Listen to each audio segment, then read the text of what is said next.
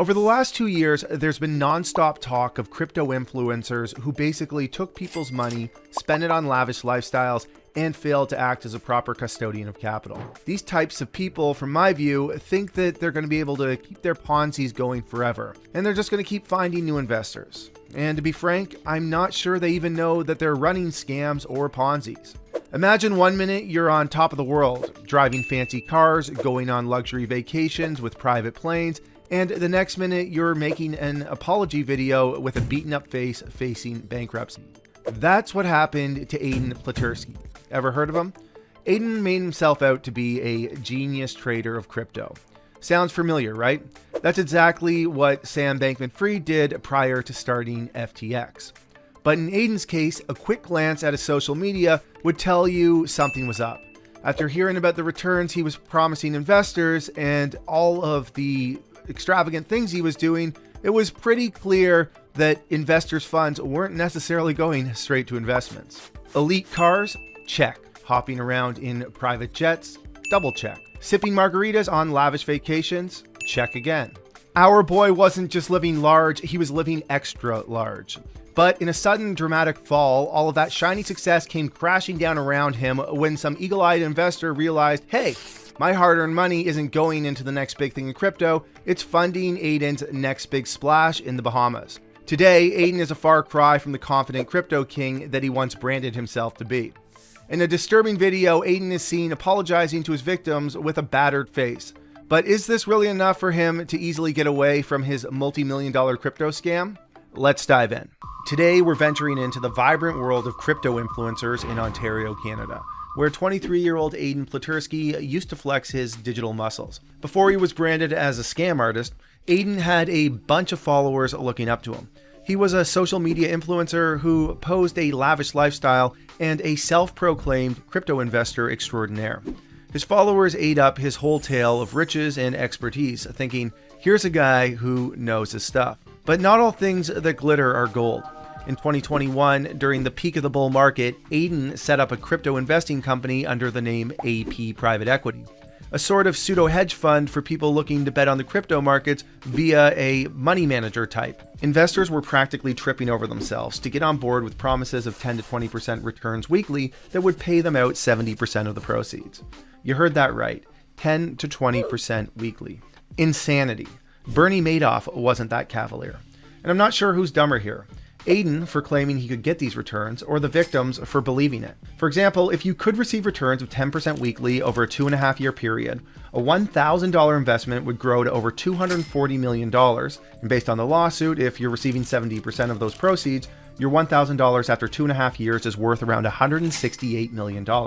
Sounds too good to be true, right? Of course, because it's absurd and clearly not real. Now, I don't claim to be an investment guru, but if someone promises me a pot of gold at the end of every rainbow, I'm going to be skeptical. Aiden's ever-trusting investors funneled a whopping $41 million into his coffers during 2021 to 2022. He didn't just target any investor either. He targeted a place packed with more millionaires per square kilometer than anywhere else in the world. His prime hunting ground, Monaco.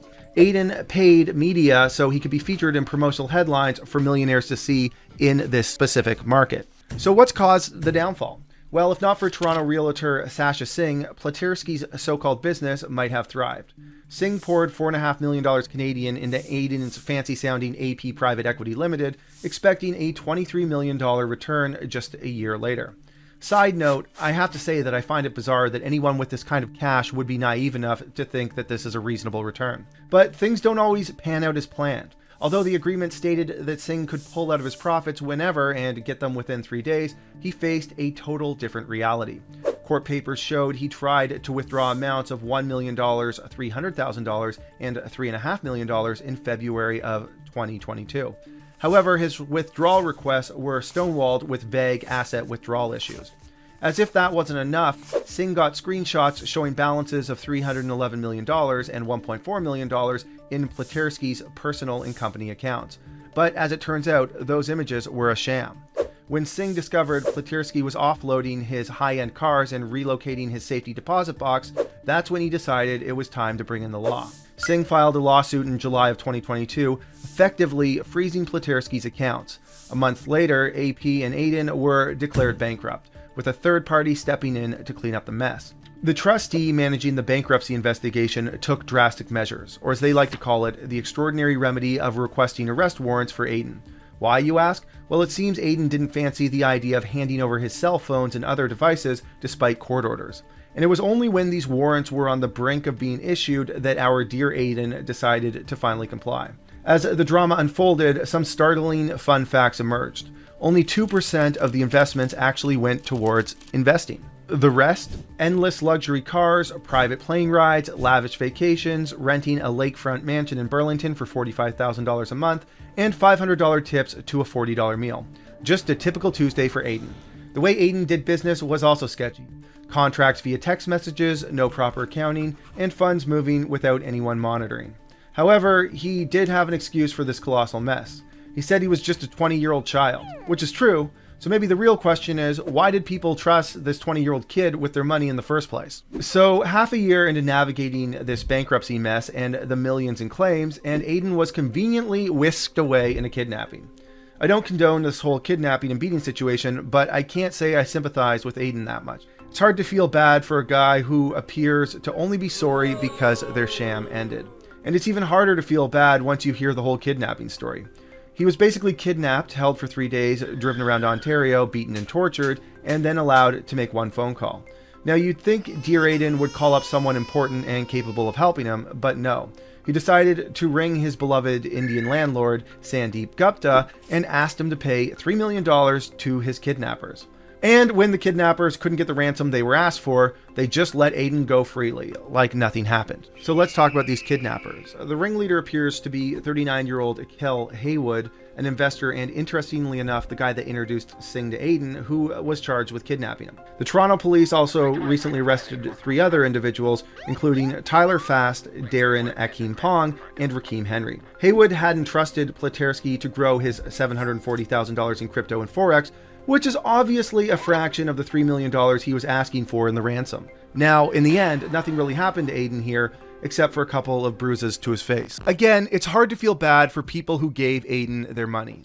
Yes, Aiden was effectively running a Ponzi, but how do you give a 20-year-old kid with a lavish lifestyle on social media who claims to be a crypto genius offering you absurd returns your hard-earned money?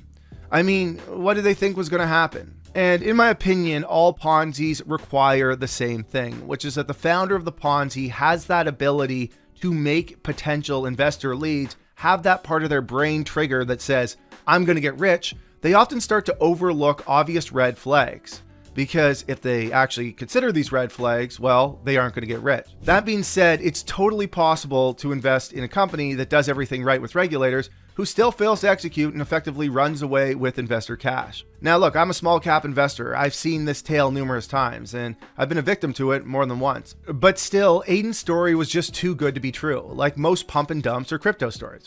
It's hard to beat the market. If someone is offering you returns north of 7% annually, you need to be skeptical. Aiden was offering annual returns north of 142,000%. So, I mean, it doesn't take a whole lot of diligence to realize this was probably a fraud. But still, the consequences for Aiden will be dire. And I hope in his case, he had a lot of fun with that investor cash, because those memories that he has from all those vacations, private jet rides, luxury cars, the nice beach house in Burlington, well, those memories just might be the only meaningful asset he gets to hold on to for the rest of his life. All right, everybody, thank you for watching. If you enjoyed this video, please smash that like button, subscribe, or ring that notification bell. Also, let me know what you think in the comment section. Have you seen scams like Aiden's? Did you know Aiden personally? What do you think's going on in the head of these investors who are wiring their hard-earned money to a kid like Aiden? Guys, thank you for watching, and please let me know what you think in the comment section. All right, I love you all. So guys, we just recently launched this channel and we noticed that 99.9% of our viewers are not subscribed. So if you enjoyed this video, we need your help in growing this channel. By subscribing, that would help us keep the lights on and make sure that our crews have jobs in these uncertain times. So please hit that subscribe button, and we promise to make more quality videos that I'm sure you're going to love.